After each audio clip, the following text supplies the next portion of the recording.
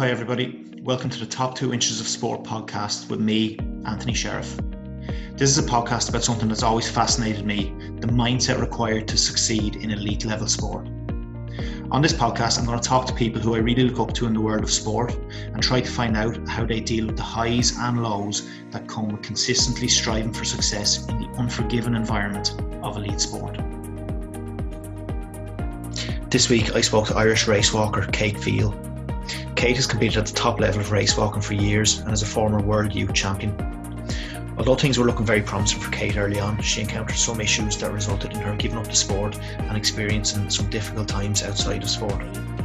Kate talks really openly and honestly about the challenges she faced and the steps she put in place to bounce back to the level that she's at today, which will hopefully result in Olympic qualification in the very near future.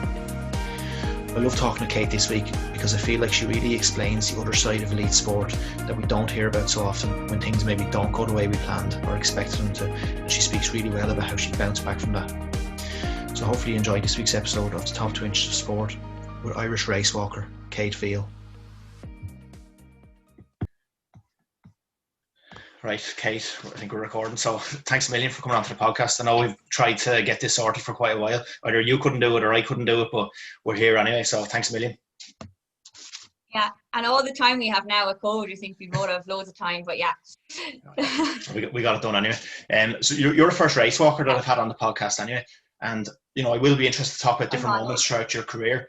But just to start off, you could give us just a bit of a background of where you started in athletics. So, like, do you come from an athletic family that got you involved at a young age? And was it always race walking, or was there any other form of athletics you got involved with first?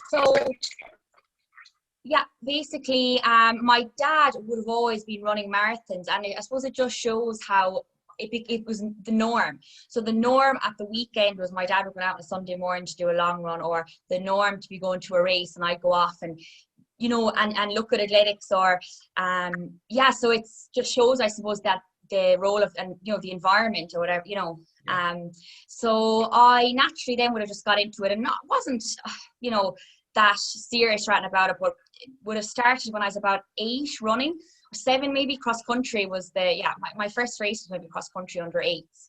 And I would have tried everything in athletics as well as other sports growing up.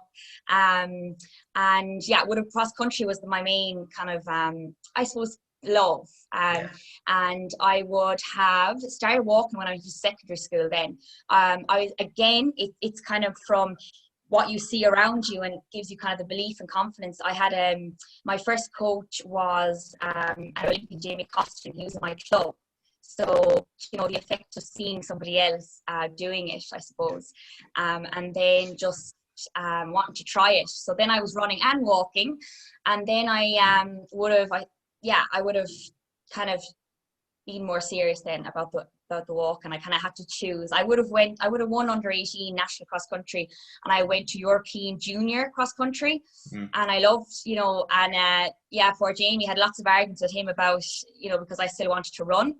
But then, decided to kind of focus more on race walking. Yeah, I could be wrong here, but is that how a lot of people get involved in race walking? Because I don't, and I've never really seen many children doing the actual race walking. It seems to be, is it something you more so take up in your teenage years, like maybe crossing over from a different discipline like yourself with the cross country? Yeah, probably in Ireland. I think in other countries there is the powerhouse of walking where it's very, very different, and the culture is different, and they're walking from a young age. But definitely in Ireland, I suppose, maybe they're not exposed to it, they don't see it, that their coaches aren't there. There's probably, and maybe it's not the most glamorous sport, or it's not one that they kind of, I don't think kids growing up, they want, I want to be a race walker. So they're all in I'm a primary teacher as well, and it's always the boys, I want to be a soccer player, or a lot of people maybe from running would have that endurance, I suppose. And I think it's probably people who get involved in athletics do end up trying different things. So maybe, and then I think there is some runners then that would try it, and I have tried to transfer over, and it's just the technique. People can get it a bit more naturally than others. Like anything, when you have a certain maybe running style as well. Is that technique hard to get? Is it? Because it looks, for somebody like myself that's never done race walking, it looks physically very awkward. So you're obviously a very high level cross country runner. Is it hard to kind of get that technique correct? yeah, it's very, I suppose, different. I think running is, a natural movement that, yeah, that we've been running, since the cavemen. But walking, I suppose, is an unnatural type, of movement. So it can be a difficult one. I was very lucky that I suppose my technique was never an issue, in that I never got disqualified, touch wood, so far. Or I never really had a big issue with, my technique. Funnily enough, my running technique now is terrible, because my body is just used to race walking. My knees don't lift. I come down sometimes on my heel, because I suppose the patterns and the way and that just is a really interesting thing about even sports psychology, about the brain, how it just will automatically go back to that kind of pattern of race walking. So it does take, like, what race walkers would still do technique work and stuff, and it's very, very important. And it's nice that sometimes you can look at it at nearly an art form as well, that it is about and particularly at the end of a race, when you're getting tired, your running form can kind of go, and that's okay. Whereas, if you're cramping up, or you're, just you can't change your, and that's what I like about, walking too, because it's the extra element, I suppose, that you have to hold form and technique. Yeah. But it's like anything, it's practice. And it's building strength. I think you need a lot more strength, and just stability, and, that kind of stuff for injuries, and you need to have that built for walking. Yeah. Was it a very difficult decision to pick walking over the cross country? Like, was it a bit of a coin toss for you, or were you just like, what was the major reason you picked the walking? Were you just far walking? I kind of wanted to do it all, really. I wanted to, I remember my first race walking, say, season, I would have done the 800 on the track, the 1500, the race walk, and then cross country in the winter. And then, I wanted to do it all. And I suppose it was that I picked up the race walking technique. I think that was a major factor, and that I could see myself having more success at it. So that was, Yeah. So you obviously competed at a high level at the race walking throughout your teenage years. I just want to know, like, when you were a teenager, like, how engrossed would you have been in it? Would it have been like, would you have put absolutely everything into it? Were you known around town even as the international race walker? Like, were you completely engrossed in this? Yeah, so I would have been quite nearly different than I am now. I would be really disciplined when I was young, quite young, and I would have been actually mature for my age. And I suppose I was just obsessed with it. And it was everything. It was like, and I kind of would have nearly had that mentality, I suppose, the hunger and the drive. And nearly, I remember, like, my coach then saying, you train and you think like an adult, race walker, like, go to Olympics, you have that mindset. And I suppose, just, I wanted to improve, and I loved the journey. And like, every decision and every choice I made was based on my athletics. And it was everything, which then ended up being detrimental, I suppose, but it was my life, I suppose. So obviously you're probably a little bit of a perfectionist in your athletic career. Would you have been like that maybe in your schoolwork as well, or did your schoolwork almost take a back seat because you were so focused on the athletics?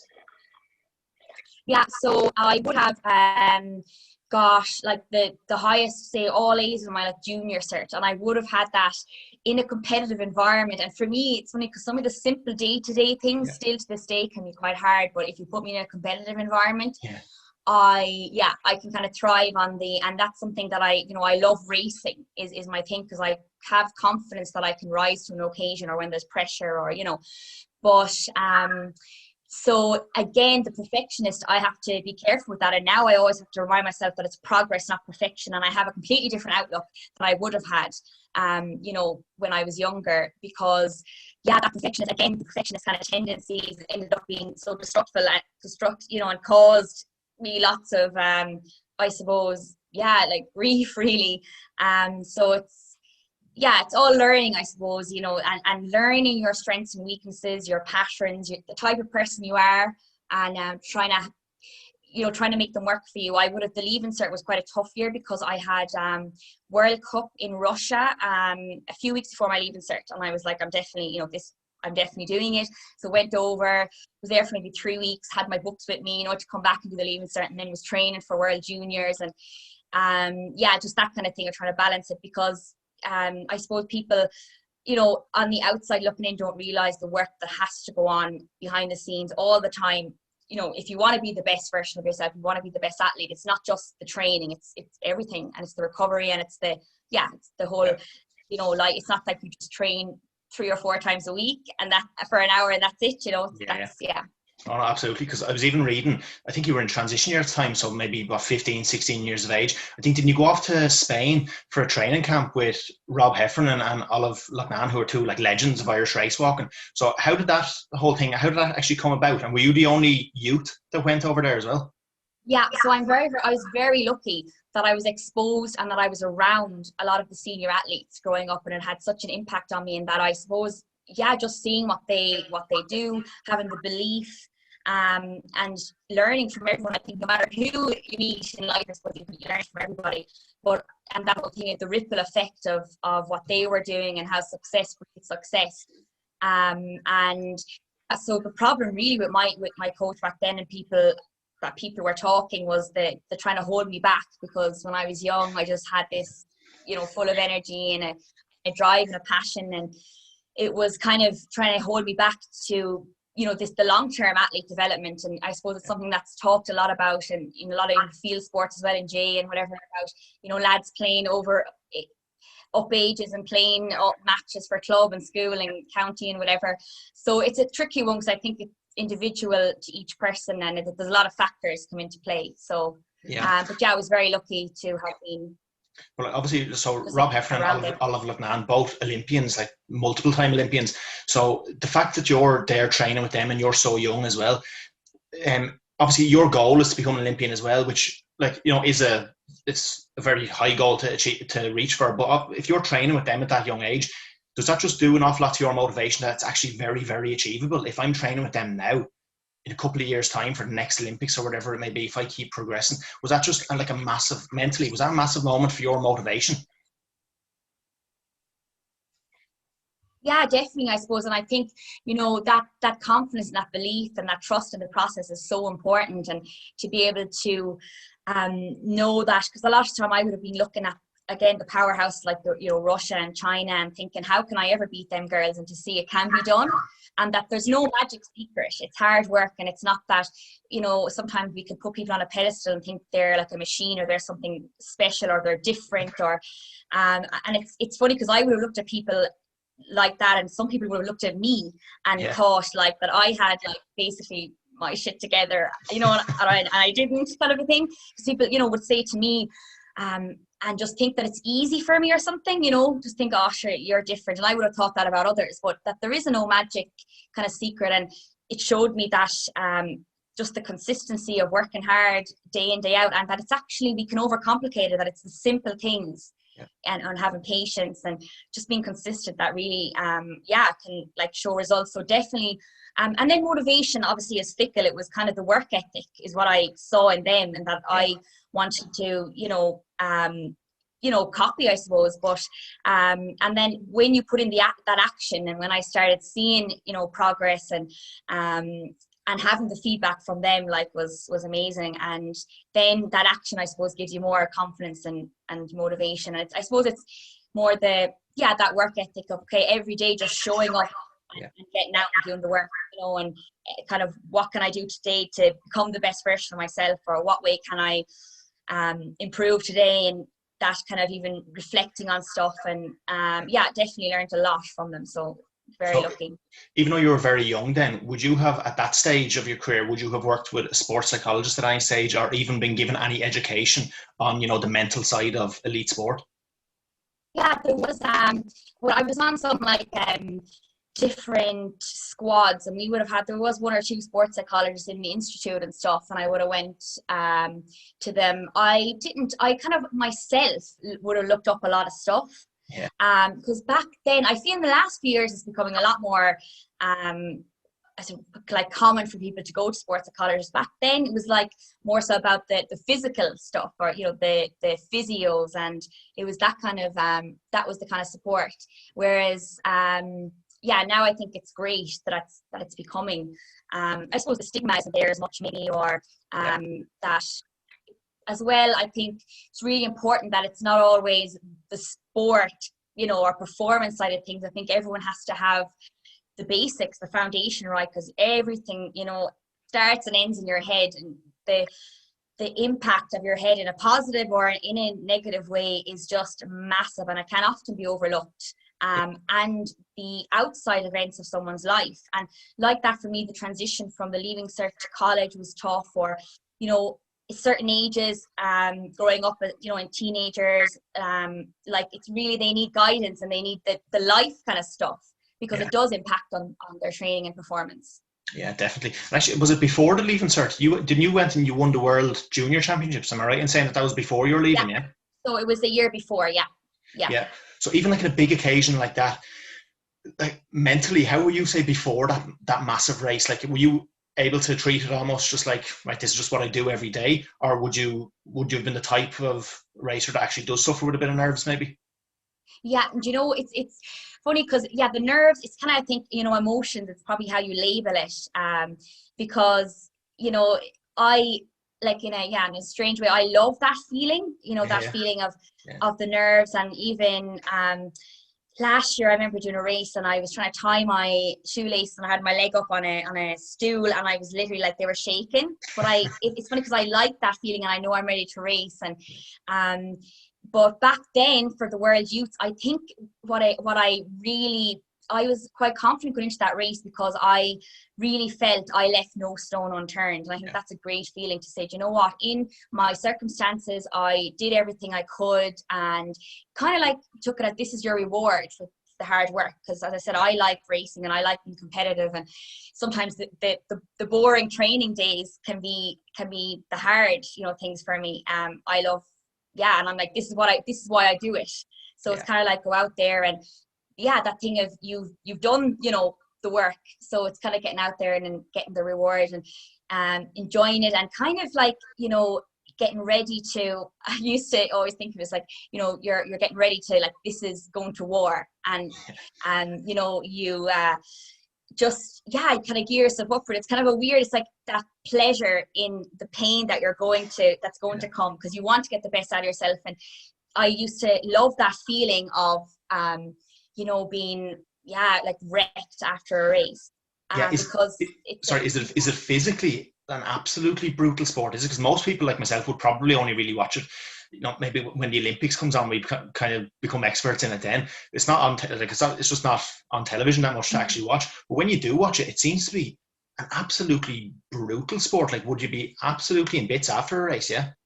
Yeah, like it's, and it's like, Anthony, it's the training you do and the work you do behind, like it's the foundation, and people don't see the months and months and years that can go into building your technique and building the strength. And it's like, Anthony, look, I think people sometimes look at race walking and they think it's a funny sport. And I'm sure sometimes people are like, what is this one doing? They see me, and don't take it seriously and don't realize, but I suppose, but whatever sport you're involved in, it, there's different qualities or different things needed, and they're all hard. But it would be a lot harder physically than running. Like, there's days, I know some of the walkers, when they get a day where they can go for a jog, they're like, oh yes, like you can go for a run, and it's the nicest feeling ever, because you have to be switched on, you have to mentally be and that's what's nice and cool about it. You have to be present, like, and you have to be focused, I suppose.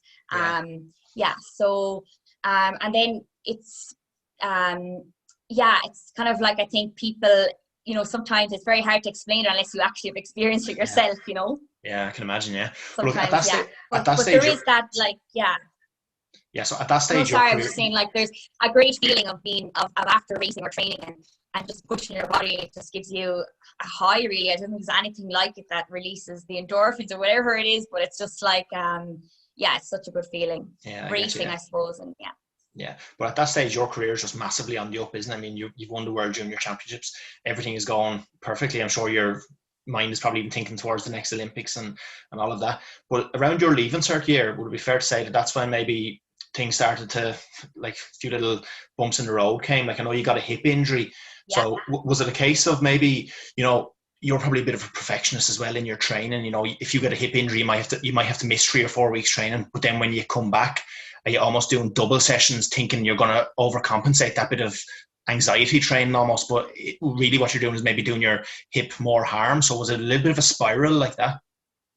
Yeah, you got it. Brilliant there. That's, yeah, that was a big part of it. So basically, I suppose I went on the year before, I would have won World Youths, got the fastest time by a youth that year, broken like records, you know, and just everything. Yeah, every time I went out and everything was going well. And then the following year would have been favourite for World Juniors, knew the cracks were there and trying to just cover them over kind of, but you know, I think there's no place to hide when you, and that's what I like, I suppose, about a sport that is an individual sport. There's no place to hide when you're on the track. It's you, and you know, it will show. You can't just hide it and cover up if the work isn't done, or you know, that there's issues there. So I definitely, I'm kind of and I'm trying to be more balanced, but now, and it's still hard at times. It can be very black and white, all or nothing. Yeah. And I suppose a bad attitude that I was kind of like, if I can't win, what's the point?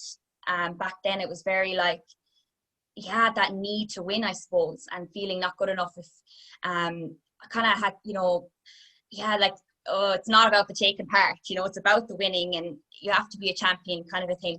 So yeah, when the hip injury did come, I, you know, definitely didn't deal with the adversity or the obstacle well. I saw it as a big problem. I mentally just found it really tough, trying to get back from it. And that's then what I did was I was overtraining after that to try and get back, and it was just a crazy cycle of out there absolutely killing myself, going through, pretending I wasn't in pain, running, you know, and walking through the pain, you know, that kind of, and covering it over, which can only last so long.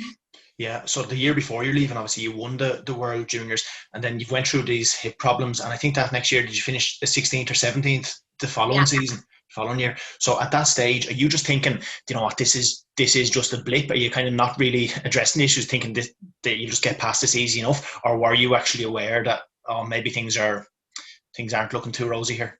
It was such a confusing time. It was like, because before that race, I remember it was a preview for the race, and I was kind of the favorite. And when the race went off, I felt like people were looking at me like, what, you know, what's going on? And before the race, I know it was a physio like recommended, like, don't race.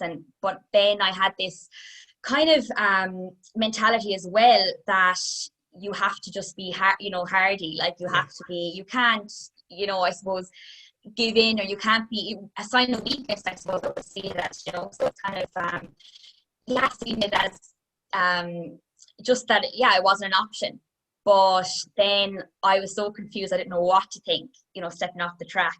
It was you kind of really bury your head in the sand, and in one way pretend it's not happening, you know. And then you're not really sure where, because you know, it was such a difference from the year before. You're not really sure what to do and where to go, or it was very confusing. I think I've learned a lot now, but I definitely wasn't aware of stuff then, because your mind then can be, I would have felt it could be my best friend, but it can be my worst enemy. And then the thing of not asking for help, being stubborn, thinking because I probably was seen, and because you're from a small, you know, village and town, everyone would be like, wow, you're brilliant, you know, you're able to, you're this, you're that, and you kind of have to live up to that expectation kind of, and you can't have kind of that weak mindset, I kind of thought. So the fact that you went from first to 17th, and you're saying, like, you know, people know you as the race walker, like, this might sound very dramatic, but was there almost a sense that when you went, you had that kind of fall from grace over the course of a year due to your injuries and things like that? Was there almost like your identity was slipping away as well, or is that almost too dramatic? No, that's exactly what it was, because I would have put everything into athletics. My best friends were in athletics. Everything I did, everything I, sorry, my computer there wants to restart now. It was all athletics, and I wanted to be the athlete, and I kind of felt this has to be your life. If you want to be the best, it has to be everything. And I wouldn't have done the normal, things from, you know, a teenager might do growing up, or I kind of put a whole environment around me that was all athletics, and it was definitely consuming, and it was, you know, hindsight's a great thing, but it was definitely too much. So it was like my identity was taken from me, and it was kind of that I felt there's nothing else in life I can get fulfillment in. I have to be racing. I have to get back to athletics, and the uncertainty of it. And I think now, I suppose in these times as well, it shows, uncertainty is difficult, and not being able to control things, I suppose. That thing of now, just control the controllables, but for me, not being able to, control. And I had expectations in my head, and I had, when I don't fulfill them, then it just felt like a failure. So there was a combination of So obviously you were so successful, and like I know your mindset was just driven purely on athletics. Mm-hmm. Did anyone speak to you, like through your really successful years when you were on the rise? Did anyone speak to you, whether it be a coach, a family member, friends, whatever it may be, about maybe not being overly all in on just the athletics, maybe having an outlet elsewhere, just in case something, because sometimes things can happen outside your control, like it can be an injury or whatever. So did anyone maybe have a chat with you at any stage? Not that it probably wouldn't have helped anyway, because I know you were so focused on the athletics, but did anyone ever say to you, like, maybe get an outlet elsewhere? Yeah, they would have, actually. Lots of people, and my coach would have as well, really tried. But I think I was just in my own bubble, and I was just like, no, this is the way it has to be. I want it to be this so bad. And I was kind of headstrong, I suppose, and I didn't think I needed it or pay attention to it. To be fair, but it's probably that mentality that made you so successful anyway. Yeah, I actually was looking at the documentary, Niall Wilson. He's a British gymnast recently, and there was so much of the stuff that he said in it that I was like, wow, I could, see myself in it as well. And that's why I think it's important that, it's great that you're doing the podcast, that these kind of issues are talked about, because I would have felt very maybe alone, or that I was the only one dealing with this, or the thoughts, I didn't want them kind of thoughts, or I didn't want to be this person, but I was, or that just like internal battle all the time. So it's great, just I suppose to and I don't mind. That's why I like to speak about it now, because if it can help even one person. So it's that again, knowing you're the type of person you are, and you're, as I said, it can be, and still to this day it can be one way or the other with me, and I have to really just try to find that balance of things and put things in perspective. And this time, I suppose this year, for a lot of people, has put a lot of things in perspective. Yeah. No, I think people from the outside, like people like maybe myself who've never competed in elite sport, a lot of people look in and just think that everyone has the perfect life if they're competing in elite sport, they're living their dream. But that's what I like about this podcast. You kind of I like getting the other side of it, because it's not always quite as rosy as it seems from the outside. So, but it ultimately with you, it resulted in you actually giving up racing, walking. You ended up walking away from walking. At what stage did you end up doing that at? Yeah, so for the year I moved, started college, and then I was trying to all that year get back. And I was, not probably accepting where I was at, because I kept looking at, I used to do this time for this training, and not being able to accept where I was at, and thinking this isn't good enough, because if I can't train at these paces, what's the point in in racing again, that kind of mentality. And then things started changing, not like my personality, but my actions, I suppose. I did become, I was a big change, and I think people around me, like family, were very worried, because this isn't her. And I kind of knew it wasn't me either, but I didn't really, it was just a mad kind of confusing time. It's really a blur now, but I just got to the stage of hating athletics then, because it was kind of like it all came crashing down, and I didn't know what to do then. So I think it was just not dealing well with the adversity or the obstacle, or kind of giving up when the hip wasn't improving, but then not realizing that I wasn't helping it by my actions either, that I had to be patient and accept where you're at, and listen to the advice you're given. And for me as well, I definitely should have talked about how I was feeling as well sooner. Yeah. So were you in college when you gave it up then, or was it just before you went to college?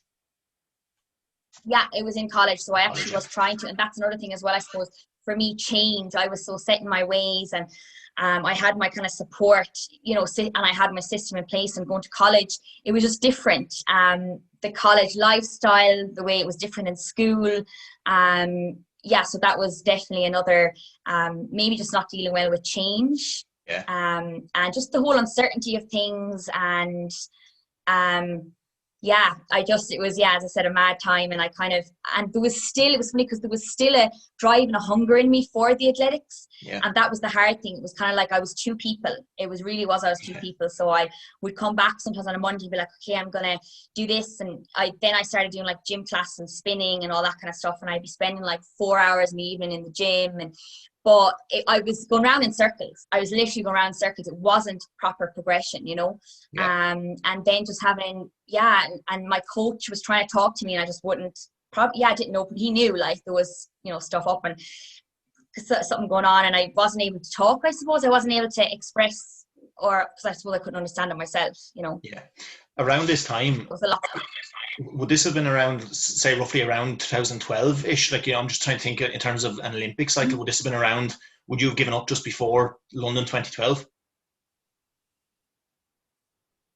Yeah, so I actually went to London just to watch, and that was a massive, funny you say, because that was a massive kind of just one of those points in my life, because there was girls that I would have competed against that were racing in London. The girl that won it, I had raced. She was actually very young to win. One of the youngest, I think, youngest race walking Olympians. She is, since had been on a drugs ban. I think she's still on that, but that's another story. But just seeing her winning, to be honest, I was like, you know what I mean? I was racing her last year in 2011, and this is 2012, and just other girls that I would have raced against, and seeing them, and I suppose that comparison. Was that really difficult looking at them? Yeah, it was. Yeah, it was one of those. I just remember being over there, and it was just, it was. And trying to hide that you were distraught, really, and heartbroken over it, and then pretending you don't care. And then at that point, I would have started drinking. I wouldn't have drank ever before then, so I was 18 and a bit, or maybe turning 19. I was 19 then, after, 18 and a bit. Just kind of like, I don't know what it was. It was kind of like nearly pretending that I wasn't an athlete, or, you know, I don't know. Yeah. It's kind of like dissociating from it, or really that I was upset, but really pretending I didn't care, and that it's too hard, and that it's, and again, it's the story you tell yourself as well. With my hip, it was nearly just giving up on it and being like, with my hip, you know, and just leaving it at that, instead of kind of now, I suppose I have a different outlook, where it's kind of finding a solution to every, you know, to your problems, and seeing that the joy and the satisfaction is in the journey of overcoming the obstacles, and that there is going to be adversity all the time, but I suppose just not being able to deal with it then, because thinking I had to progress all the time, and this kind of like, I want to be 10 steps ahead all the time, never happy, never like I probably appreciated the moments, you know. I was always kind of like looking at the next thing, you know, and striving, and Yeah, no, I get you. And because I was just thinking about the London Olympics there, and sometimes when I'm talking to people on this, I try to kind of put myself in their shoes if I can. And if I was in that position that you were in, like, I'm sure you probably believed that you would have been at the London Olympics. And then when you're watching them going on, again, if I was to put myself in your shoes, me personally, I'd probably be thinking, illogically, I'd probably be thinking, oh God, like, my parents are watching this now, my coaches are watching this, they're probably disappointed that I should be there, which isn't true. And which, I'm not saying that's what your parents or your coaches were thinking, they wouldn't have been in any way disappointed. But did you feel almost that level of guilt that you'd let people down, which you hadn't done, but was that just the way your mind was at the time? Yeah, there was lots of, the year before I wanted to do a 20k, and again, because like of the long-term athlete development thing, it was like, there was just lots of different people would give you advice all the time, you know what I mean? You should be doing this, or shouldn't be doing this, and there was just, at that time, there was confusion with all the different people. I felt like a lot of people were talking about me then, because I think in Ireland, you know, I'm from a smaller town, and people know you, and it's kind of, you know, they're invested in you, and that, there is the thing of so many people had done so much for me that it was like letting them all down. And even still, like, I, you know, had to do a lot of work to try and really get over that, because I had the shoulda, coulda, wouldas, the not being able to, and it took me a while. For the first few years, I couldn't even deal with it. It's only recently that I was able to nearly, because it still was like, if it was mentioned, it would just give me this kind of, just still the feeling, like the guilt and the shame and the like, oh, what could have been, and it really like ate me up, and it really, and you know, to some people it's kind of like, oh, get over yourself, it, you know, there's worse things in life. But to me, yeah, the meaning I suppose I had, you know, with it, or with athletics, or yeah, my dreams, it was kind of a, yeah, a really difficult thing to overcome, and kind of like put to bed and put behind me, and move on. Yeah. Yeah, no, absolutely. That's just the other side of sport that people don't really see, or we don't really hear much about. But like, obviously, that's kind of the start of, you know, you're feeling pretty down. How down would you say you did get? Yeah, so I think, as I said, the cracks were there, but I left it. And that the qualities that I had, or the type of personality, probably, as I said, got me to where they did get me. But then when it goes, the spiral, when it goes down, it's completely like just crumbling down. And I think at the time, I just didn't have the awareness. I kind of had before an attitude of like, people just need to get on with it, and kind of a harsh kind of a, so then when I felt that way, it was like, oh, you hypocrite, like you're the one saying to people about, you know, being lazy. If they want something, there's no excuses. You always have a choice. It's about the decisions you make. It's kind of like, you know, you're free to choose, but you're not free from the consequence of your choice or whatever. Or it's kind of like, do what you want, but don't complain about it. And there's parts of me sometimes has that kind of to certain things, you know, but now I'm a lot more like kind and caring and more compassionate and understanding, I suppose. So it was a vicious cycle of feeling and thinking that way, trying to ignore it. And then, yeah, just the vicious cycle, because I'd be annoyed at myself and really frustrated, and so confused, because it wasn't me, just, you know, feel like me. And I suppose people knew that as well, but it took a long time to maybe, properly. And it's only kind of like, again, it's only when you look back and reflect, you know, I'm like, wow, it was bad, you know, it was bad at the time. You just try and get on with things, because you know, there's a good thing about athletics as well, and sport, I think, for children growing up, that it does build character, and you can transfer a lot of the qualities across, but that everyone's, you know, a human at the end of the day. We're all human, and that you know, as you said about, you know, it's like, it's not all rosy, and there are weeds in the garden, or I kind of, you know, the grass isn't always greener to the side, I suppose. And now people are comparing, like with social media and stuff, and I have to just be careful with things like that. I suppose I was comparing to think I should be this, and and where I should be, and not being able to be present, I suppose, and just do the day-to-day things to help myself. Yeah, 100%. But like I said, that is the kind of sharp end of the bad side of elite sport. At any stage when you were feeling bad, would you have spoken to anyone? Like, this is when you weren't competing. Would you have spoken to anyone about how you were feeling? Whether not necessarily a sports psychologist, would you have maybe even all coaches, like, or would you have went to a counselor or anything like that? Yeah, so I would have went to a sports psychologist who sent me to said that, you know, she kind of flagged that, you need to see that it's not sports psychology I need right now, do you know? So then I would have went, the other psychologist, would have went to my doctor, and then would have been transferred to go to like a psychiatrist. And which I was kind of like, but I got to that stage then where I was kind of like, you know, I do need to get ahead. But I went to the psychiatrist, and then when she admitted me to St. Patrick's Hospital in Dublin, that was like, oh no, you know, this, like, I don't need to go in there. And again, the stigma thing of like, oh sure, that's going in there thinking that it was going to be this I'm going to say this madhouse. People might call it, but you know, like, you think there's people going around screaming around the halls, or, you know, and that kind of attitude to it. But then seeing I did need to, and there was lots of different things to iron out, and just changing my mindset, I suppose, and trying to understand things, being aware, and you know, I won't, like, after that, it wasn't that it was I did leave the program early, and felt again that kind of like, because I stubborn, and you know, I kind of felt I have to be resilient, I'm able to do this myself. They wanted to admit me again, and I wouldn't go in. It's like, no, I'm able to handle this. It's just like a slip, you know, on the road. So it did take me years really to actually, and I think it's like, it's always going to be, it's a work in progress, and you're always, and you know, I like that you're always learning about yourself and having that growth mindset, that you're always improving and learning and working with the person that you are, I suppose. But and each time you do learn. I learned a lot in there, but I didn't really see progress. Yeah, it was still, I still had years after that of the yeah, kind of madness really. So it's only recently really that it's really, I feel a lot more I suppose in control, or a lot more confident in in what the skills I've built up.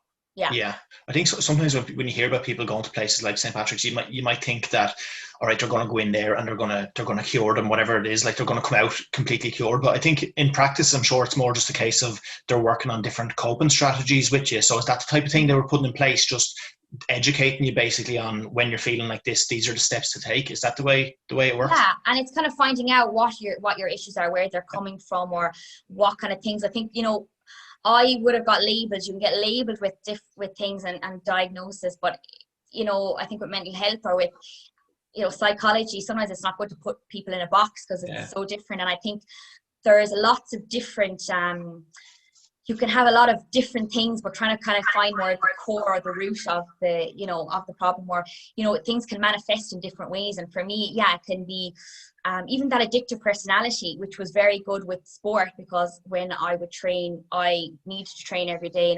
But then that transfers. If it's not athletics, I needed to get that kind of searching for that high, I suppose. And it becomes a problem. But then it's learning about yourself and the skills, and just being, and I definitely wasn't ready, I think, then, because I didn't really understand it all fully then. And maybe they wanted me to go medication, I wouldn't go on it, or just maybe I had a more of a negative view of mental health, I suppose. But it was all learning along the way. And for me, I found that a lot of my issues were, say, I would have and some people now say that it's not a proper, I suppose, disorder, but I have ADHD, and that would have, and now instead of like seeing that as a disorder, I now see it as just a personality type, because there's lots of benefits to it. You can see it in a negative way, but there's the irony of the two sides of the coin, that it's both. But now with me, it's not hating myself, the person I am. It's like, okay, you are this way, these are your tendencies, so what can you put in place? So I can be impulsive, or I can be like that. It's kind of managing my energy levels, because I can go all in on things and then get overwhelmed, and then that's when a massive low, and it's like a big crash. So it's like big highs and big lows, and it's trying to stay balanced. And then the other things that you can use as nearly, I know I need stimulation, and what the right amount of that for me, and just stuff like that. So I would have seen, and then just because I in St. Patrick's, we say, oh, depression, anxiety, a lot of things, they kind of really come together. It's like people, everyone I think is has their own unique story. So it's kind of really been finding what works for you, and it's trial and error, and that whole never giving up. And I think the athletics again would have helped me with that, of the just to that kind of resilience, and to find what works best. And 100%. Now it's all perfect. Yeah, definitely. And at what stage then, if you were to pinpoint a moment, can you remember when things started looking up again? And I'm not even talking about just in terms of get back racing, just in terms of your general health and happiness. Was there a moment where you do remember, right, things are looking up now, and maybe I can start thinking about getting back to competition? Yeah, so in about 2014, so I would have went into hospital in 2013, and that was kind of just a messy year. 2014, I would have been like, okay, Rio Olympics is 2 years away. Kind of let's see, and just felt, because it was kind of like that thing of, oh, I've unfinished business, and I knew there is something about athletics that it's like, oh, I'm meant to do this, and the satisfaction it gives me in lots of areas. And I would have went back training, and I would have so I was sick, I remember, a lot after training and stuff, and I thought that was a good thing, because I was like, yes, it means I'm training hard. Would have missed my period, and then that would have been normal. And that's the thing, sometimes with sport, there's the fine line of what's normal, what's not, what's healthy, what's because before I would have been very late, I wouldn't have got it when I was training hard. So not getting my period, it meant, oh yes, I'm training hard, this is good, which was not the right attitude to have. And then didn't think anything of it, and then quite late found out that I was pregnant. So that was 2014, and that was another like, oh my God. And I only felt like I was like, I'm only barely able to manage myself and look after myself. And I was like, I can't even sometimes do that. Never mind, you know, and it was just another, a bit of a crazy time. And I had college exams coming up. So, but it's, like, it's kind of like problems at the time you think what are you going to do? And your whole world is, again, it's crumbling down. But sometimes, you know, like, this was definitely one of those things meant to happen, you know. And I wouldn't change it for the world now. And it was so then that was the Rio Olympics gone, because it was just too late to be, you know. But I would have came back, and you know what, it gave me a really a different perspective. And probably when I was pregnant, it was one of the most like stable kind of times in my life, because I had to, it wasn't just for me, you know, so you had to look after your body. And you know, obviously it wasn't not drinking and eating properly, because before eating would have been an issue, going from being underweight when I was racing to then when I stopped training to eating completely different diet than I would have, and turning like binge eating and having a bad relationship with my body, and just because I really put on a lot of weight in a short space of time, and went through cycles of that, of this is madness again, you know, of basically starvation and overeating. And this was at the time with everything that just made me a lot more balanced, you know, like a little bit of exercise, good food, you needed sleep, and so because I had to for some because it was like, and it gave me determinations, like, you know, wanting to be the best that you can be, and taking that responsibility, you know. Yeah, that's what I was going to say to you, because I mean, when you had the baby, that could go really one of two ways, couldn't it? You could think, well, that is the end of my career, because I'm going to lose a year plus anyway, so that's just the end of my racing days. Or like you've said there, it could just work almost as a complete motivation. Like, I'm a mammy now. I'm going to be a mammy that's an Olympian. So it obviously just worked as a complete motivation for you, did it? Yeah, definitely. And you know what, it was great. Like, it was just, it completely changed, like, outlook and perspective on life. You can be so consumed in your own little bubble, in your own world. And it completely just changed so much. And it gave me it was kind of like that there's more to life, and that you need to enjoy life no matter what you're doing, you know.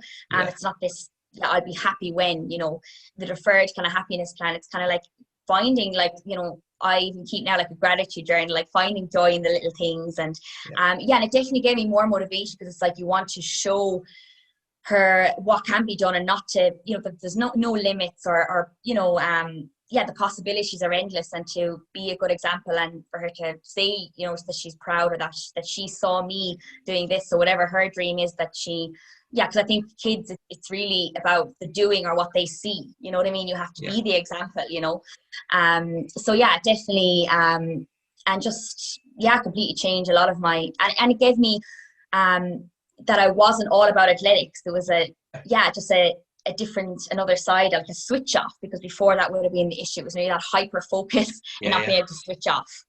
So what was the coach's reaction then when, you know, you've went to them, you said, right, I'm coming back, but you've also had a baby at this stage? So were they delighted with that? Were they maybe saying that maybe your prime had passed, or were they like, no, you can still go and achieve what you want to achieve? I'm very lucky that I had so much positivity, and I'm very lucky as well that racewalking is a later developing sport, that a lot of, you know, even Olive, Rob, Jamie were in their 30s when they did their best.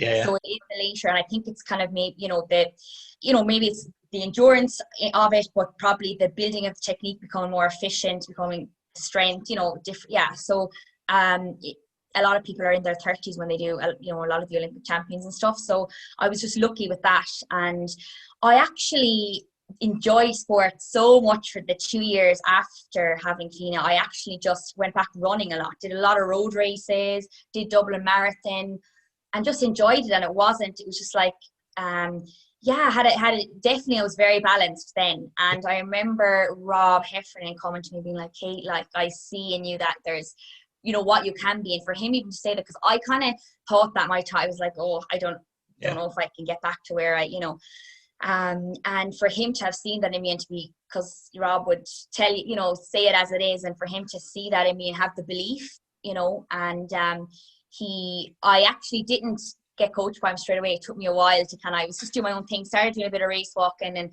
was just, was kind of like, okay, was doing okay. And then, and then he started coaching me. What's it like being coached by Rob Heffernan? Because he's been to what, 4, maybe 5 Olympics, maybe, is it? So 5, yeah. 5. I mean, it's ridiculous. I think he was from 2000 all the way up to 2016. He was at all of them. So is he like very calm to be around? Because no matter what you see or no matter what you experience in race walking, he has seen it a million times, I'm sure. So what's it like being coached by someone like that? That's it's brilliant, because it's so interesting that sometimes he'd say stuff to me that I'd be like, how do you know? Like, he'd know how I was feeling. Or whether that be in a race or whether it be in he just knows the right things to say at the right time, I suppose. And I learned so much, from him in about life and about training, about lifestyle, even things in my personality he picks up on. He'll say, oh, like that, my thinking. And I'm like, how he can, see that. I mean, it's like, the knowledge he has with just his experiences is, brilliant, and very lucky to have. He seems to be a really positive fella as well. Like, I follow him online, and he's putting up motivation every day. Like, so that just seems to be his personality type.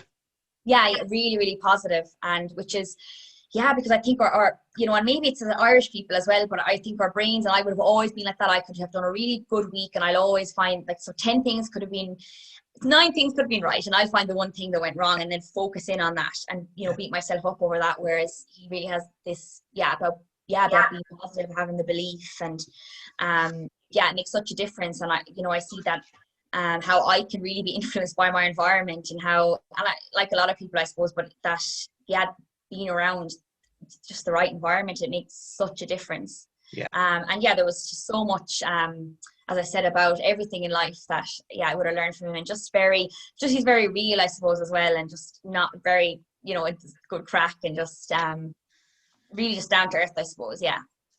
So at this stage, when you've come back racing, like, your life is very different than previously. Previously you were so all in, and now you're still all in, but obviously you've got different responsibilities as well with your little girl.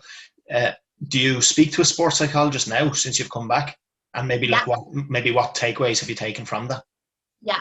So I still have had some messy times. So basically, after I had feeling my hip again was at me, like my pelvis on my hip, it's still an ongoing issue, and it's caused me the most heartache then. And I would have had times when I go through really nearly negative thinking about it, but now definitely recently, and this year, I suppose, has made such a difference, because that the whole lockdown and everything. But Emma Saunders and she actually lives down in Dungarvan, and she is just brilliant. Like, she's a sports psychologist, but it's literally, again, it's a lot of the time, it's usually just the normal, more day-to-day kind of, and foundation of the lifestyle stuff.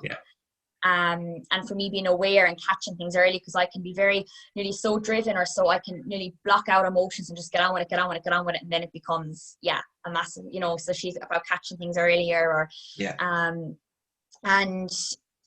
just I've learned, still learning, which is exciting. And I just feel I haven't got to where my potential is, and I suppose I feel the last few years still went around in circles a little bit.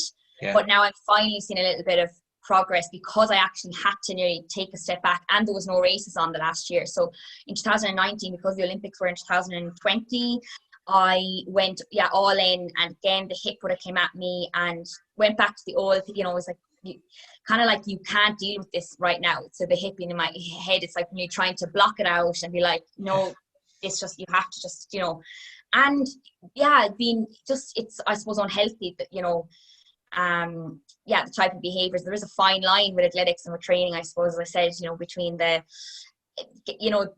have this thing of, work hard and push it, and kind of I used to always think, pain is just weakness leaving the body, and if you have to, you're not going to improve if it's, of course, going to hurt, and no pain, no gain. But trying to train smart and be, so. Do you think with age and experience you have learned that lesson? You said before about, previously, if you would try maybe double up the sessions if you missed a couple of weeks? Like, would you be conscious of that now if you see that happen? Right, would you be able to stop yourself and go, well, no, I've done that in the past and it just worsened the injury? Like, would you be conscious of these things now more so than in the past? Yeah, I still have the 10, and then that's something Rob would have picked up, and he said to me, why do you always have to, like, go out every day training like it's a race and get kind of some kind of a high off it and he said, there's days where you just go out and you're just getting the work done, you're just out the road, there's no, why do you have to, like, because so there is, and I have to definitely be careful with that. But now it's the other stuff that I really needed to, like the mindset stuff, the sleep for me, because I wouldn't have been great to sleep, to wind down, to relax. The nutrition, massive. So it's actually controlling for me now. It's been like, okay, like I would have maybe gotten a real negative mindset and being like, I can't do anything about it, and it's the hip, and it's like catastrophize it, and then nearly self-sabotage. Like, one of my tires is slashed and I'll just go and slash the other three and throw in the towel and be like, again, looking for that perfection. Whereas now accepting nearly that it's there, accepting it's my kind of thing that I have to really watch and have, and really being like, okay, well, and a lot of time I would have looked at other people and I'd be like, oh, they're lucky, they don't have any injuries, or thinking that, again, they have it rosy, it's easy for them. And whereas now it's like everyone has their, their strengths, their weaknesses. And for me then it's like, because I have this hip issue, it's like I have to put everything in place that I can to, be in the best possible shape I can. So for me, for every hour I'm on the road, I'm doing at least double that of rehab and gym stuff. I mean, I've stuff thrown all over the house. I'm constantly keeping my body, the mobility, the gym, kind of stuff. The recovery, like the nutrition, just really all the little minute details that really all add up, all the 1%. Before it would have been just about the training and pushing it in the training. Say when I got back there, kind of last year, and not really as much, like seeing that the recovery, and now being aware of learning about what suits you as an athlete as well, because we can look at programs, and I did sports science as my undergrad, and we can think, oh, this is the ideal training, and for me, I can't do the mileage that I probably want to do. The last 2 weeks I'm doing maybe 100 kilometers a week, and it's not what I want to be doing. I didn't want to be doing more, but it's like, okay, well, this is where you're at, and this is where, it has to be managed, and things have to be, and doing the other things then to make up for that. Like I'm doing a bit of cycling now and seeing, okay, there's lots of different ways you can do this. It doesn't have to be, I would have thought, okay, this is the way it has to be, you have to do this, and if you don't, then you're not a walker, or you're not. Yeah, no, I think what you're saying is just very similar to an awful lot of athletes. It's just experience, isn't it? Most athletes, I think, when they're young, probably do plow in bullheaded, like, but you're just kind of getting to know what works for your body at this stage. It's just experience. Yeah, definitely. And that's the thing, even with coaching or with an athlete, it's managing a person and the type of person they are, what their body responds better to, what suits them better, and now I'm just enjoying it a lot more because I'm actually seeing proper progress. It's slow, but like it's not linear, and accepting that and realizing that it's going to be that. And I was always pushing, you see, for races and in a short time frame. So it's like I had to do these hard sessions, to be ready to race. Whereas now it's actually taking a step back, but knowing it's going to bring me 2 steps forward. And definitely. And it took me years. It's only recently I really kind of am understanding that making things work for you and just feeling good. I'm back to when I, a lot of the time with the hip, it was just like mentally, when you're in physical pain, like mentally and emotionally, it just literally drove you like, that I ended up back with my psychiatrist, like when COVID hit last March, because of and I know everyone was affected one way or another, with just the uncertainty again of it being like, oh my God, like, I can't believe this is happening, and catastrophizing it again. And but now definitely I think this time is really going to be good for the people who can just adapt and overcome and improvise and work on the weaknesses and use the time wisely. That now you have the time and the space to work on, because the foundation is and I have the confidence that I feel I can get ready for a race in a few weeks, but I needed the foundation, and that's what I'm trying to get at now, like that, the basics, and being as physically just strong and fit as you can be, I suppose. Yeah. Yeah. No, I think it's been a great time for our athletes, especially like yourself, just to kind of just to refocus and get their bodies absolutely right. If there's ever a time, I suppose it's now. But just speaking of this whole COVID lockdown, obviously tournaments and competitions will have been cancelled. So since your comeback, where have you got to in terms of competition, or have you even had a chance to enter like big international competitions? Yeah, so 2019, I would have done stuff like a European kind of a meet indoors. I would have went to was European Cup, World University Games, and yeah, then at the end in December, I would have qualified for World Cup, which would have been so December 2019, which would have been in 2020. But that was then when March came. It was like, yeah, everything was. It was cancelled and all plans went out the window, and it's kind of really put a lot of things in perspective, because I never would have thought like that the Olympics or that races would be cancelled, ever. And you nearly have a focus when that's not there anymore. I found that quite hard. It's like I needed a focus for a race and stuff, whereas I think now athletes even are getting back to the enjoyment of it, like for what it is, like moving your body and what, yeah, like nearly feeling like I'm back being a child, like just actually loving the freedom of it and what it gives you, like mentally and physically, and just the feeling it gives you, Yeah. So now again, still a little bit of uncertainty, but it's kind of like really just focusing on what can I control, and that when it is time to race, that at least I feel, and like I feel if there had been races on, I probably would have ended up keep pushing it, and I could have been in a worse worse shape and state, because I wouldn't have given up, being like I can't give myself that break. Whereas now, because I've had it, I worked really closely with my physio, worked really close with rehab, and with all that stuff, that I'm feeling better walking, and I feel my technique is better than it ever has been, and that's true doing the right really specific strength work. So I think with with sport, and I think whatever level you're at, like competition, or it should be the competition with yourself, and it knows no, well, whether gender, or it knows no age, or it knows no whatever your actual capability is, or whatever you're at, that once you're seeing progress, like it could be just running 5K without stopping, or it could be anyone can have their little goals, and once that's the real satisfaction. And for me, not seeing that for me it was the Olympics, the all and end all, whereas now it's like, wow, enjoying the journey, the process, and the little things that you can do that you couldn't have done a month ago, or and then it's little steps. And yeah, I think no matter what level you're at, that you can get that kind of, having little goals for yourself. And once you see that kind of progress. Yeah, I think it's those little small goals. Ultimately, if you keep hitting the little small goals, you'll probably reach your big goal.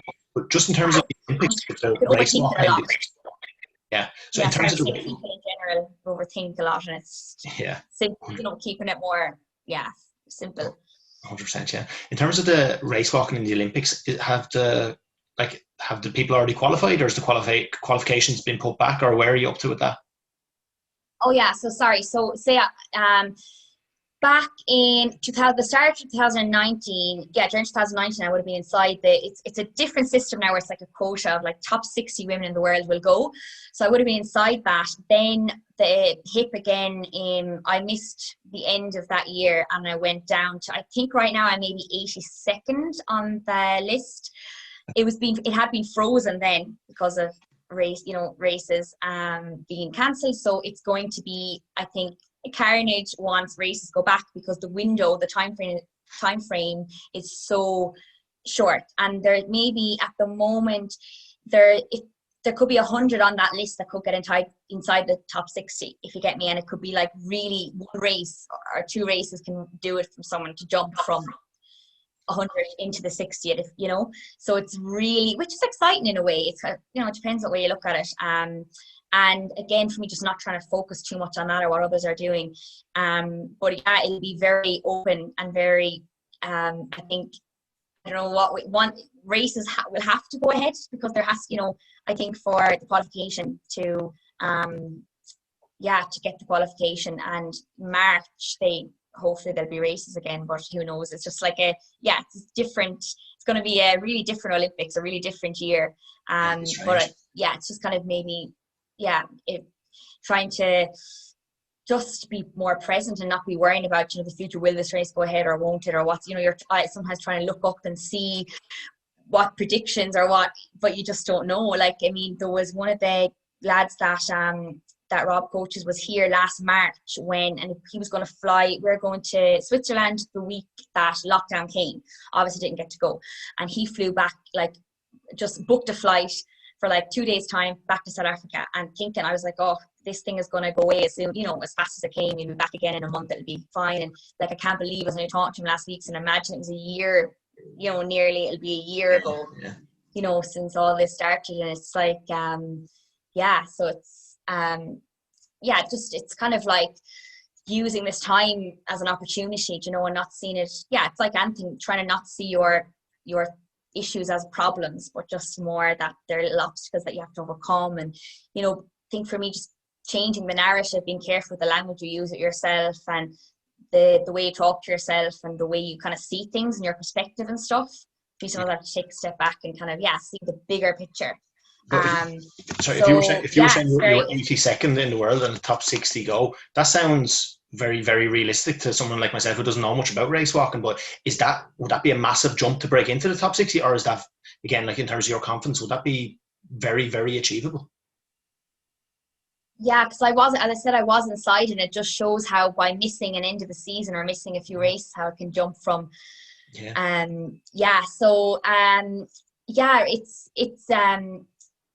kind of like, as I say, and the thing is, even though you want to focus on yourself, it does depend on the others, on when they're going to race, or what they decide to race. I would think there's going to be a lot of people racing and chasing times. So basically, you need 3 performances. So that's the way the rankings kind of go, and there's points, and there is an automatic qualification time as well. So there'll be, I'm not sure how many women will actually get that, and then they'll fill out the rest, just the top 60. So like how if you get a good performance, it can literally jump you into it, So it goes kind of, by the race you do and your time and your position. So it's going to be really, as I said, exciting, because it's really kind of more, because no one has been racing the last few months. No one really knows, and because it had been frozen, it's kind of like, you just don't know what way it'll go. It's going to really show up who made the most of lockdown, really, isn't it? And if you're saying, if your times are improving, if you're kind of feeling like you're making those small improvements, I mean, the proof will be in the pudding in terms of everyone. Like, lockdown will have separated the people who've been improving compared to the people who are just standing still.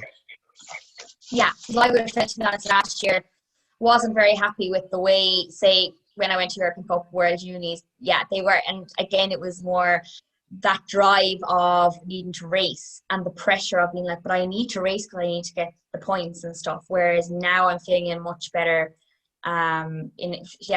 physically and I suppose mentally, and just a lot more confident, a lot more, I suppose, having the belief, I think, or just seeing things a bit differently. So that'll I think for me is definitely something that I can take confidence in.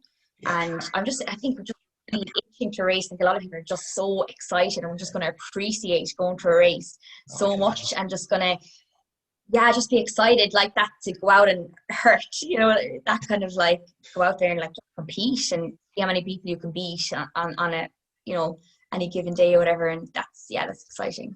Definitely, yeah. When competition gets intense for you, and there's lots of competitions coming up, did you say earlier you're doing a bit of primary teaching? Do you still do a bit of primary teaching as well as the racing, or is that just something you did in the past? So I would have, before, say, when Rob started coaching me, I would have done some subbing and stuff. And I was actually doing a bit of bits and pieces of subbing when it suits me. So that's why it's brilliant, because for now I can just sub when suits. So I'll see then next year what way. Because it's as I said, it's the recovery, and it's the people sometimes are like, how can some of the lads are like, how can they be full-time athletes? And it's like, if they knew, it's it's a busy day, even though you're like, how can you just, but when you're training in the morning, the evening, and the recovery in between, and for me it's the rehab stuff, the foam rolling and all that kind of, and that takes me a lot of time, yoga and all the different things that you need to, trying to see your body, I suppose, as a machine, or as a Try to look at it like a Ferrari, and you have to have all the little things right, because if, you know, and finely tuned, you have to be doing all the little things. And yeah, it just can be quite difficult. And even for me, you know, that I just, you know, as I said, even the energy levels, or keeping the outside stressors can have a massive impact, you know, on your training.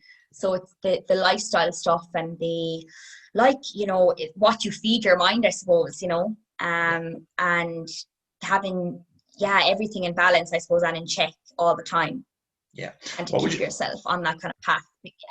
What would you say the goal will be for you when you do end up like finishing up walking your post-athletic career? Because obviously you've got a few strings to your bow there. You have your sports science degree, you've got a bit of teaching, you can stay involved in it. Do you want to stay involved in race walking, or what would be the goal? I know this is way down the line, but do you ever think about that? Yeah, I would love to. Like, it's definitely just my passion, and it's something that makes me just feel alive, that I would have searched for it in so many other areas when I wasn't you know, training and racing, and that I never, you know, got it from. And that made me feel worse, because like, this is not me, it's not the person I want to be, it's not living with my, you know, being authentic, or being like two people, I suppose. But I'd love to stay involved in some capacity. I have done my race walking judging course, and I also last year, actually, and that was brilliant, I worked with the Waterford footballers, the minors. Okay. And doing their fitness and stuff. And I loved how they also said, they were like, you're like our psychologist as well, because I had a big emphasis on the talking with them and stuff, you know. And I really, and when lockdown came, I really missed that. And it just shows sport, the impact it has. It's not just the athlete, it's the you know, like, I really missed them. So it's the coaches, it's the, I don't know, like the supporters, everyone involved in a whole team that has been impacted by, you know, by COVID or whatever, in sport not going ahead. So I'd love to, and I do love the whole kind of more holistic approach as well now, because I've seen myself how it's the other, especially like, you know, developing athletes, that them teenage years, or, you know, there's so many good juniors out there that have not made it to senior, and that's, I know, in a lot of sports. And just wondering what can be done maybe and I think a lot of, you know, there is injuries and there's just life gets in the way, but that that there's more like sports psychology and kind of like mental health kind of stuff, you know. And it is getting a lot better that it's out there now, and it's you know, talked about, which is so important. So something like that, or coaching, or it's definitely something I'd like to stay involved with, but I'm just not sure for now. I would like to this year do some coaching with some like juveniles in my club. Because there's the Rob Heffernan, he's a race walking academy, started up this year. So, and it's just like exposing people to the sport, and in a fun way, you know. So you never know, maybe in 20 years time you could be coaching your daughter for the Olympics. Is she showing any promise in terms of athletics, or is she just too young? So I was kind of really making sure that I never was that pushy kind of like, you know, but as I said earlier, it's about what they see, you know. And it's kind of like, even for Christmas this year, she wanted to get she sees me on my Garmin with my watch, she got like a kid's version of that. And this time I'm trying to be like, that she isn't too obsessed with, you know, how many steps did I do, or she's able to work with that at what time, or how long do we go, or doing the exercise with me when I'm doing them, like on the, you know, just trying them all out. And so I would like to just try everything really, and find what she likes. I think that's important, just for kids to be exposed to, and sport is great for them, and whatever level they're at, you know. And it's just trying to for her, like whatever she wants to do, and trying to be kind of like, just really that, as I said, from my experience with athletics and how it can transfer, you know, into so many other areas of life, for her to realize that she can do whatever she wants, and once she works for it, and that the possibilities are endless. Not to put, you know, sometimes we can put ourselves into a little prism or a box and think that this is the way, you know, it should be, or that we're not able to be, you know, but everyone's human, you know. So we can, you know, strive and be as good as anyone that we're looking at.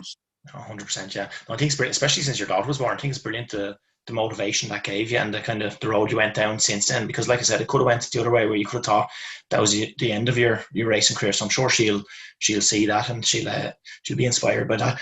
Sorry, but before we go, there is two questions I ask everyone. And the first one is, what athlete in the history of sport do you admire most from a mentality point of view, and why?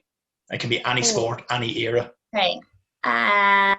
Yeah, that's a hard one, because there is like the, the standout ones that we all, like Muhammad Ali and say Michael Jordan.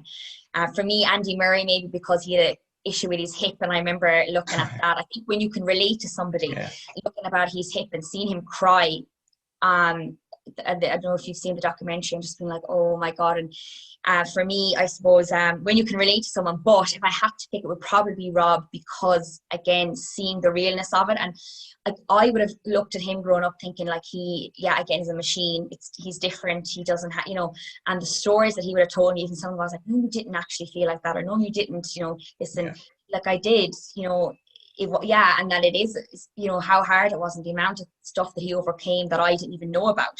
So I think when you I think, there is, as I said, the people that, but because maybe you can't relate to them as much. So for me, definitely Rob, because I'm actually seeing it for real and able to really, understand, it better. So I would definitely, I'd have to say him. It's a good answer. And then the last one then is, if you were to go back to the start of your own career, so let's just say you're in your late teens and you were to give that younger version of yourself just a piece of advice, again from a mindset, mentality point of view, what would you say to that younger version of yourself? Lots of stuff. I suppose it'd be the perfection thing, that you don't have to, the whole, that progress isn't linear. Probably a lot of the stuff that I've already said about being patient. Being patient. I wanted it all and I wanted it now. And it was just like, had no breaks, and then that it's okay to have a shit day. That's normal, or, and that there's always going to be problems, and it doesn't make you a failure. I suppose that thing of the black and white thinking, to just be more balanced and enjoy it more, I think, as well, that at the end of the day, enjoy it and stop putting the pressure on yourself, and that little steps, being happy with little steps, and that you're only human. So I think now I'm being, trying to be more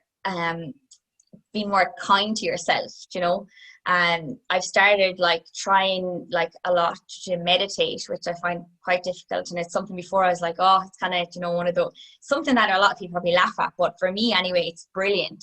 And that kind of just, and the yoga as well, I suppose, that's that kind of like giving yourself space and being more just compassionate. And it's by, I even see by me or by anyone working on themselves, how even the people around you, it affects, or that, like, that you can have an impact nearly on the world by you, just being more, just, I suppose, your perspective on things, or the way you look at things, or being kinder and nearly spreading that out. And I know some of it sounds like really hippie kind of stuff, but it's so true. Yeah, I get you. And I think just enjoying the journey, appreciate it all, and just control the controllables, and and really just do the best you can. How are you finding the meditation? I'm a little bit like you, in the sense that I'm very all or nothing at times as well. So I haven't actually done meditation now in a couple of years, but there was a time there for definitely a good 18 months. I was like a little Buddha. I was just doing it the whole time. I loved it. But I've fallen out of love with it for some reason. I must get back into it. How are you finding it? And what are you using, like the Headspace app? Or what way are you doing? Really good. I've used a few different apps, and I have just started listening to, like, again, being careful what you feed your mind. Listen to lots of like podcasts and stuff, and then have tried lots of different types of meditation. And sometimes, and it's just giving you that space. And for me as well, just being aware of your body, and that, not trying to control your thoughts, that it's okay to, and not to believe your thoughts, or you don't have to follow your thoughts. As I said, I can be impulsive, or it can be quite, emotions can be, I can just be very intense with my emotions. So I think it's kind of, it really gives me that space, like it's like clarity. And what I really find brilliant, and if people should try, is just breath work. Again, one of these things that seems kind of mad. You can sound a bit mad doing it, but like the Wim Hof, or there's loads of different. Tony Robbins has another kind of a priming, he calls it, in the morning. But and even with my rehab stuff, I'm doing a lot of kind of like just rib cage type, just breathing stuff, and the impact, saying that we're not actually, because Western medicine, sometimes we can dismiss like some of that, that Eastern and the philosophy and the ancient, but obviously, I think you can cherry anything, look at it, just be open-minded, I think, to things, and look at that area and see. Breathing is massive, that we're not, breathing properly. We are actually very stressed and we don't realize it, and how we need to just be definitely grounded and be more present. Yeah. Sure. I mean, the breathing is essentially meditation. I know people think of meditating like up on the hill like this now, but it's just controlling the breath, isn't it? So you're talking there about Wim Hof, the Tony Robbins, yourself with your just to focus on the ribs and the breathing. That's what meditation is essentially in a nutshell. It's just focusing on your breath, really, isn't it? Yeah, and it's difficult to do. I know people find it really, I don't know, boring, but I think once you get into it, and I would have been a person that really can't, focus and stay still. I can't, like, say, watch a series or just stay still. I'm always so for me it was really difficult, but now I see, and you don't see the benefits kind of straight away. It's one of those things you nearly, when you stop doing it, and you can kind of you nearly feel different. It really just gives you just clarity, and I think for whatever you're doing in life, whatever your goal is, you kind of need that direction and clarity, and kind of that you are living in line with what you want to be or who you want to be, and prioritizing, and what's, because life's a struggle no matter what it is. It's kind of like, what is worth the struggle, what do you want, I suppose. And just the breath work is as well as just I think brilliant, and it's a tool that's definitely underused, and maybe people are, I don't know, have different thinking, oh, that stuff is only, I don't know, but it's kind of like, don't knock it until you try it, and there's loads of different types. It's not that you have to be, there is moving type ones and walking ones, and lots of different types. It's just find them out. 100%. But it takes time to, and you don't have to do that much. People think you have to be doing, and I would have thought that you can do literally a few minutes, you don't have to be doing this half an hour meditation. No, 100%. You've kind of half inspired me to start again. I think I'm going to give it a bang, because again, I used to love it, but falling out of love with it a bit. But I'm going to try, after talking to you, I'm going to try to get back on it. But look, thanks a million for coming on to the podcast. I know you're really, really honest. To be fair, you kind of you give a different perspective on elite sport. You spoke about the difficulties that elite sport can bring. So really, really honest. Genuinely appreciate you talking about it, and thanks very much for coming on to the podcast. Thanks so much. Thanks. So I tried to be authentic and be honest, because I think just for people to actually see that there's two sides to it, and it's not all just if I could help one person, I'd be happy. 100%. Thanks a million, Kate. Thank you. Big thanks this week to Kate Veale for coming on to the podcast. Like I said to Kate there on camera, it was brilliant to hear her talking so honestly really about her career. Not many athletes would be probably comfortable coming on and talking so comfortably and so openly about the low moments that they've experienced throughout their career. So it was just brilliant, the honesty she had there, telling us how she faced setbacks and how she faced challenges, whether they be physical or psychological. The fact she spoke so openly about the downtime that she had, and obviously how she rose back up from that and is competing now again at a high level, and hopefully will go on to become an Olympian as well. So again, I think it was an important side of sport that maybe we don't always hear about. Like we were talking about in the episode there, I think sometimes people have these theories that athletes live the perfect life, but obviously when things don't go as planned, the spiral can at times be quite quick. So again, it was just brilliant to hear her talk and explain, the process that she went through, and also the process she went through to get back to the top level. So thanks a million, Kate, for that, and thanks everyone for watching. I'll see you next week.